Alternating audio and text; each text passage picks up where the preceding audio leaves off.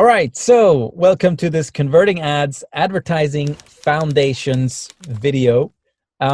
Today, I want to cover a couple of things with you. We've got Alan on the other end as well, who will be chiming in quite a bit.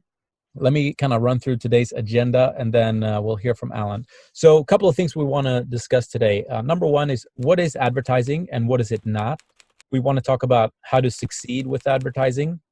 We want to talk about things to consider when you are creating advertising. We want to be discussing the different ad networks and why people visit them, which is very important when you're creating your ads. We want to talk about the actual creation of ads itself, how to scale ads, and what to do when ads stop working. So that's kind of the agenda for this. I'll start off with asking or diving into the topic of what is advertising. And I'll kind of start off here and we'll turn over to Alan.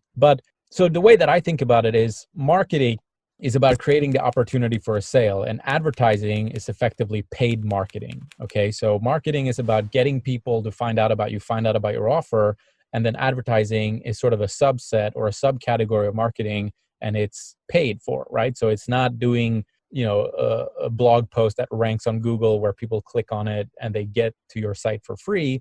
It's you are paying money to an ad network and they're displaying your advertisements. But that's kind of my definition of it. And I want to switch over to Alan and kind of hear about differentiating between these two. So we've just talked about, advertising and marketing, but you also have sales, and people tend to think that they are all kind of the same, or they don't really know what the difference is. So Alan, first of all, welcome to the party. And second of all, how would you differentiate between advertising and marketing and sales? That's a good question. So I'm going to kind of dig a little deep into this. So basically the way I see it is like you have three components. You have advertising, marketing, and sales, right? Like, so in our industry, if you're in a certain sub-market, I guess, like depending like where you are. So if you're like an affiliate, like if you're like an affiliate or super affiliate, you're all about advertising. Okay. It's all about earning ads. If you're like a marketer, like a quote unquote guru, you're just marketing, right? And if you're like a high ticket guy, that's all about high ticket stuff. It's all about sales, right? So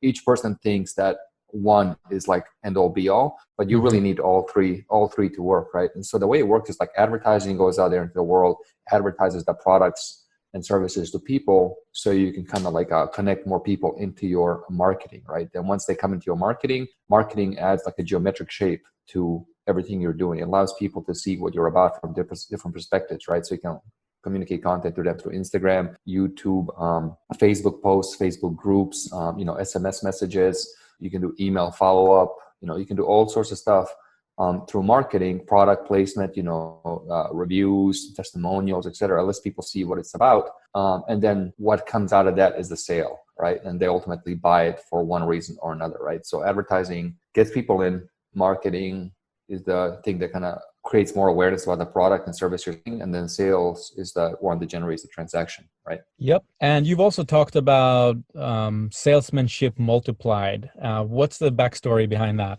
So I got to go back to a little bit of history, right? So, in the automatic clients course in the back end, like we do with our people we work on, like we talk about like super text, right? So super text is basically like the foundational text of an industry. And so a lot of stuff that's being taught, in our industry now is through derivative text, right? And so the difference between that is like a super text is like a foundational text of the industry, and a derivative is exactly what it sounds like, which is a derivative of the super text, right? So that means like if I learn something from you, somebody learns something from me, they learn something from them, etc. And the next thing you have like fifth or sixth derivative teaching something, and it gets really mucked up, right? It's not what it was intentionally. So salesmen multiplied, and that whole story is that back in like I think late 1800s, early 1900s, there was a park ranger in Canada named Johnny Kennedy. He was a park ranger. And he was also a freelance copywriter, right?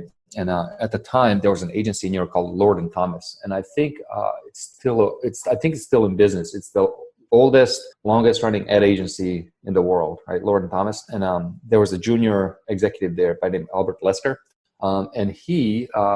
He's been looking at the time with what is advertising, because nobody knew what advertising was. Because what happened was like that the newspapers started printing a lot, and like people running ads. And nobody really knew what the hell they were doing, right? It was just people just started trying to put up stuff in the newspaper, and nothing was really working. So they've been looking for this answer for 7 years, right? And so Johnny Kennedy comes down to the lobby. He sends a letter up to the executive, says, hey, actually have it right in front of me. So the letter basically says, I'm in the saloon downstairs. I can tell you what advertising is. I know you don't know. It will mean much to me to have you know what it is, and it will mean much to you. If you wish to know what advertising is, send a word yes down to the bellboy, signed John E. Kennedy, right? So he sent that letter up there, and Albert Lesker got it. And the secretary, I hear, is actually like throw it away. So he grabbed it, saw it, went downstairs, and I was like, well, what is it? And John E. Kennedy says, like, it's basically salesmanship in print, okay? And that little thought right there, that little thought is the foundation of our entire industry, right? That we have. Now, what's really interesting about like what we do versus what everybody else does is that typically you'll see like ads being run for like something like, let's say, on TV, like, hey, run a, like here's like a widget or whatever. They'll do some song and dance about it. And then you got to go in the store to figure out what that song dance is. So the sales cycle is kind of prolonged, right? So they got to keep hitting you with these little songs and jingles and stuff. So you go to the store or somewhere to kind of figure out what it is, right? Whereas like with this thing, what we do is like you have everything kind of condensed, right? So it's like ad, landing page offer, buy now, upsell path, book a call, whatever, right? So the whole compression between advertising, marketing, sale is very compressed, right? It's not like this like drawn out sales cycle. So that's the story of salesmanship in print. But now it's like, the thing is like, nobody really, like very few people do print now. I think the only guys I know doing it are like postcards or whatnot. But right. Now things like salesmanship, that got changed over to salesmanship multiplied when it was like, TV ads. And there's this book called Reality Advertising by Roster Reeves. And it's interesting with Roster Reeves, he was the first guy to do TV, right?